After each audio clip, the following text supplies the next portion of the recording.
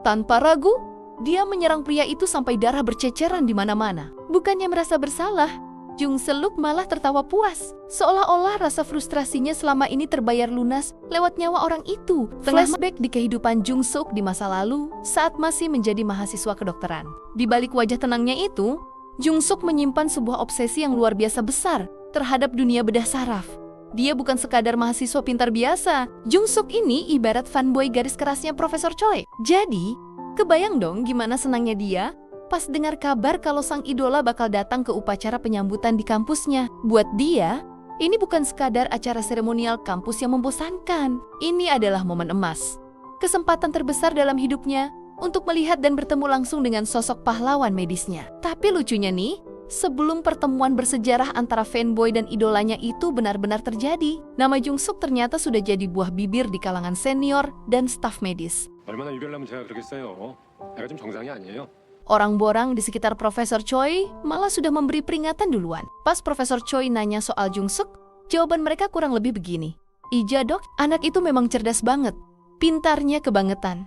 Tapi, dia itu nggak mau dengerin omongan orang lain. Lebih parahnya lagi, mereka cerita kalau Jung Suk ini tipe orang yang kalau sudah mulai buka mulut, bisa ngomong 1 jam penuh tanpa henti. Isi omongannya tuh campur aduk. Banyak protesnya, banyak keluhannya, tapi ya harus diakui, pengetahuannya juga sangat luas. Intinya, walau otaknya encer banget, Jung Suk ini adalah tipikal anak yang bikin pusing kepala siapapun yang harus kerja bareng dia. Bukannya mundur atau malas, mendengar semua keluhan soal betapa berisik dan keras kepalanya Jung Suk, Profesor Choi justru malah jadi tertarik. Begitu Profesor Choi ada di ruangannya, masuklah Jung Suk. Dia langsung nyamperin idolanya itu dengan senyum paling lebar, persis kayak murid teladan yang udah kangen berat nungguin gurunya pulang dari luar negeri, tapi ekspektasi emang gak seindah realita. Profesor Choi bukannya nyambut hangat, malah langsung ngasih tatapan tajam yang menusuk. Dia langsung nyindir pedas. Presiden zaman sekarang? Santai banget ya, jam segini harusnya kamu ada di bangsal. Ngapain malah kelayapan ke ruang kerja profesor? Jung Suk dengan polosnya jawab, kalau hari itu dia kebetulan lagi libur. Tapi buat Profesor Choi yang gila kerja, libur itu bukan alasan buat nongkrong di ruang dosen. Dari percakapan awal ini aja udah kerasa banget vibes-nya. Gak ada tuh hubungan guru-murid yang manis dan penuh kasih sayang, yang ada cuma jarak, ketegangan, tapi anehnya, ada rasa penasaran yang semestinya kuat di antara mereka berdua. Jung Suk ini emang beda. Dia langsung unjuk gigi dan bilang kalau kedatangannya ke situ bukan sekadar buat say hello. Dia pengen diperiksa dan dites langsung sama Profesor Choi. 이 뉴락시스 따라서 여기 3mm 동양 2개. 이 환자 코도마 맞죠? Buat ngebuktiin kapasitasnya, Jung Suk langsung ngegas bahas urusan medis. Dia ngomongin soal kuis minggu itu, ngebahas detail soal 2 tumor kecil di sekitar neuraksis, sampai nyinggung soal pasien kordoma. Yang bikin makin melongo, Jung Suk terang-terangan nunjukin kalau dia tahu Profesor Song habis menjelek-jelekan dirinya di depan Profesor Choi. Bukannya takut atau sungkan, Jung Suk malah ngebalas tanpa filter. Saya juga nggak suka sama Profesor Song. Dokter itu masa lagi di ruang operasi? Dia suka menguap, penilaian medisnya juga kacau. Mendengar muridnya ngelunjak, Profesor Choi langsung nanya dengan nada yang makin tajam. Kamu sadar nggak lagi ngomong sama siapa? Berani-beraninya kamu menjelek-jelekan Profesor Song di depanku. Di momen inilah, Jung Suk meledakkan pengakuannya. Dia bilang dia udah nunggu Profesor Choi dari lama banget, bukan cuma sehari 2 hari, tapi sejak dia masih sekolah. Saking terobsesinya, Jung Suk udah membaca semua tesis dan jurnal yang ditulis Profesor Choi. Bahkan kalau disuruh, dia sanggup menghafal semuanya di luar kepala. Profesor Choi yang rasional dan dingin malah merespon sinis, buat apa menghafal tulisan orang lain? Itu nggak ada gunanya. Tapi Jung Suk membalas dengan tatapan memuja, nggak ada satu kata pun dari tesis dokter yang bisa dibuang. Semuanya terlalu berharga. Di titik ini, kelihatan jelas kalau Jung Suk bukan sekadar mengagumi. Dia sudah ada di level terobsesi yang cukup ekstrem. Lalu sampailah kita di bagian yang paling deep dan bikin merinding. Jung Suk menatap mata idolanya dan meminta satu hal yang sangat besar. Dia minta Profesor Choi mengajarinya semuanya. Bukan cuma 1 atau 2 trik bedah, tapi semuanya. Dari angka 1 sampai 10, semua isi kepala Profesor Choi, semua skill dewa yang ada di tangannya. Jung Suk memohon agar Profesor Choi nggak pelit ilmu, nggak menyembunyikan apapun, karena dia ingin tahu segalanya. Profesor Choi yang mungkin kaget dengan ambisi gila ini, menantang balik. Kenapa aku harus ngelakuin itu buat kamu? Dan Jung Seuka menjawab dengan satu kalimat yang sangat kuat, penuh determinasi. Sekaligus agak mengerikan. Karena saya sudah mempertaruhkan seluruh hidup saya di sini. Orang normal pasti bakal mengira kalau Jung Sok itu orang gila. Tapi bagi Profesor Choi, kalimat dari Jung Sok itu bukan tanda gangguan jiwa. Dia justru paham betul rasanya. Kenapa? Karena jawabannya sederhana, itu adalah cinta. Tapi bukan cinta ke manusia, melainkan cinta ke sesuatu yang jauh lebih kompleks. Otak manusia dan ruang operasi. Profesor Choi sempat bernostalgia. Dia cerita kalau waktu dia masih muda, saat teman-temannya sibuk ngejar cinta perempuan, dia malah jatuh hati sama denyutan otak di ruang bedah. Bagi Dr. Choi, otak itu organ yang rewel. Dia nggak diciptakan buat dibuka sembarangan. Sifatnya rapuh, nggak stabil, tapi di saat yang sama, dia sangat anggun dan indah. Ketidakteraturan itulah yang bikin Profesor Choi kecanduan. Dia bilang, setiap kali dia selesai operasi dan berbalik, dia selalu ingin lihat lagi, sentuh lagi. Sampai di titik di mana mati di ruang operasi pun, dia rela. Kedengarannya memang di luar nalar. Tapi itulah realita bagi orang-orang yang sudah melampaui batas profesionalisme menjadi obsesi. Nah, 뭐야? 배우고 싶어요. 가르쳐주세요, 선생님. 뭘? 선생님이 아는 거 전부. 하나부터 열까지 선생님 머릿속에 든 거 모두 손에 익힌 거 다.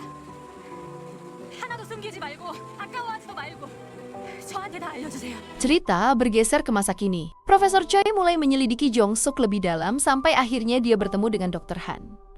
Dr. Han ini bukan sembarang dokter. Dia mengelola praktik operasi ilegal, tempat pelarian bagi pasien-pasien yang sudah dibuang atau menyerah di rumah sakit besar. Dr. Choi dengan logikanya merasa heran. Dia tanya, kenapa biayanya murah? Logika Choi simpel, kalau pekerjaannya ilegal dan risikonya tinggi, ya harusnya harganya selangit dong. Tapi Dr. Han cuma narik biaya sewajarnya. Bagi Dr. Choi, ini aneh. Kenapa harus ambil risiko besar buat bayaran yang gak seberapa? Percakapan mereka makin dingin saat Dr. Choi mulai menyentuh sisi personal. Dia menyinggung nama gurunya Dr. Han, yaitu Dr. Yun Paul.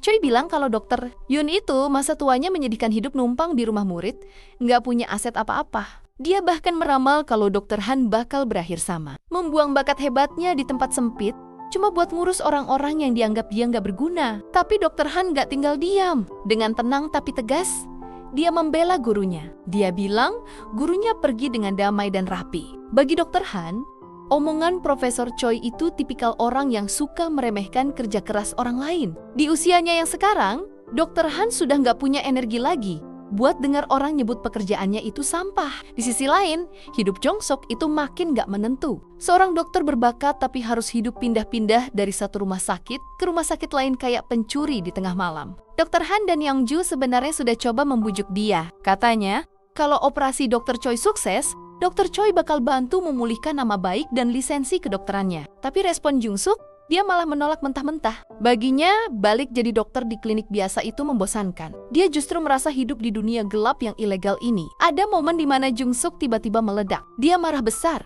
sampai bilang mau membakar semuanya. Dan itu nggak main-main. Dia menyuruh Yongju ambil sisa berkas di gudang, lalu semua dokumen kedokteran lamanya dibakar habis. Itu bukan cuma kemarahan biasa, tapi bentuk keputusasaan dan cara ekstrem dia buat membuang semua sisa hidup lamanya yang hancur. Besoknya, suasana makin gak enak. Muncul seorang pria bermasalah yang hobi ngejek Jung Suk.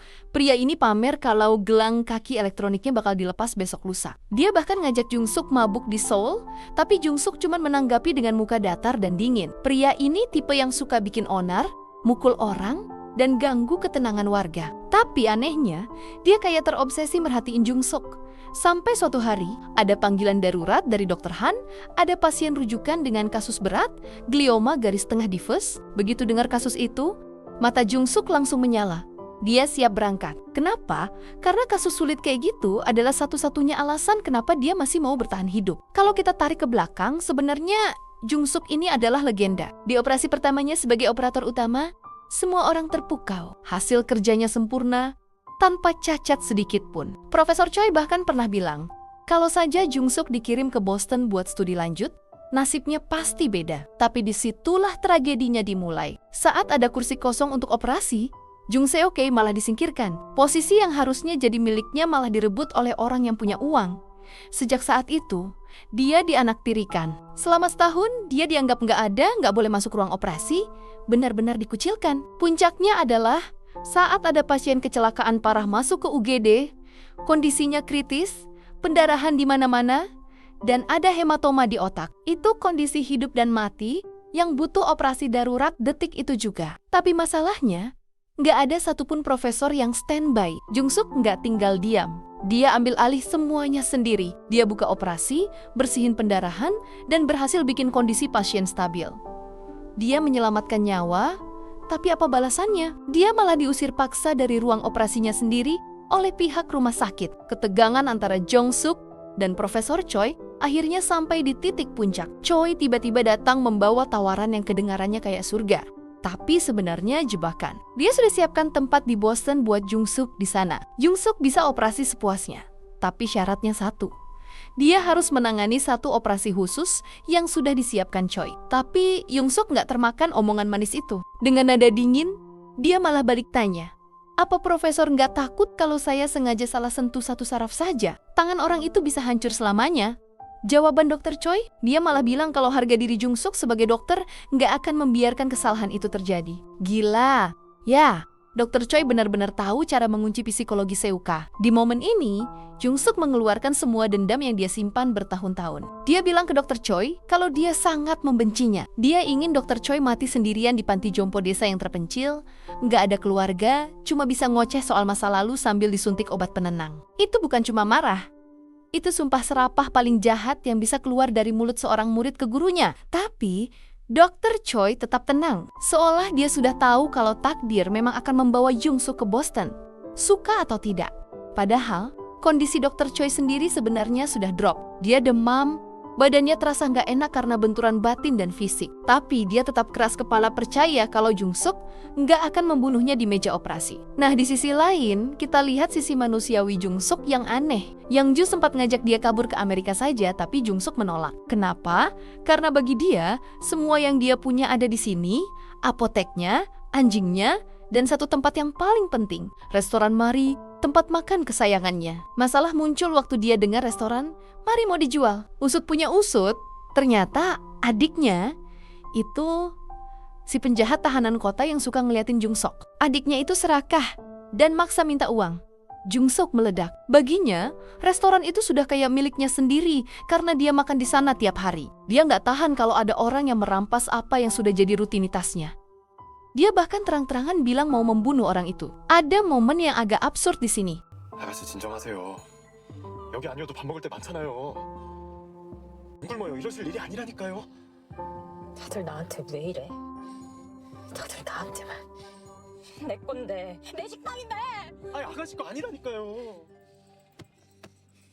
죽여버릴 거야. 아 왜 이래 진짜. Yang Ju, yang tahu watak Jung-suk, malah memohon. Tolong, kali ini jangan ada pembunuhan dulu. Alasannya? Karena dia lagi masa ujian keperawatan. Dia harus belajar anatomi dan praktik infus. Jadi, dia nggak mau konsentrasinya buyar gara-gara harus ngurusin kekacauan Jung-suk. Kalian ingat pria tahanan kota yang hobi ganggu Jung-suk? Dia masih saja so asik dan ngajak Jung-suk minum. Kali ini, Jung-suk meladeni. Dia undang pria itu ke rumahnya, dikasih minuman, tapi ternyata minumannya sudah dicampur sesuatu. Begitu pria itu bangun, dia sudah terikat di lantai. Dia panik, teriak, ketakutan setengah mati. Disinilah sisi gelap Jung-suk keluar total. Tanpa ragu, dia menyerang pria itu sampai darah berceceran di mana-mana. Bukannya merasa bersalah, Jung-suk malah tertawa puas. Seolah-olah rasa frustrasinya selama ini terbayar lunas lewat nyawa orang itu. Tengah malam, Yeonju menelepon dan syok berat waktu tahu Jung-suk lagi membawa mayat pria itu. Padahal, sebelumnya dia janji cuma mau menahan orang itu biar nggak ganggu restoran Mari. Tapi dengan nada yang sangat santai, seolah baru saja menyelesaikan operasi biasa, Jung-suk cuma bilang, "Ya, begitulah jadinya. Sekarang datanglah dan bantu bersihkan tempat ini." Jung-suk, seorang dokter jenius yang harusnya menyelamatkan nyawa, kini justru dengan tenang berdiri di atas genangan darah. Di dunianya, batas antara operasi dan eksekusi memang sudah nggak ada lagi.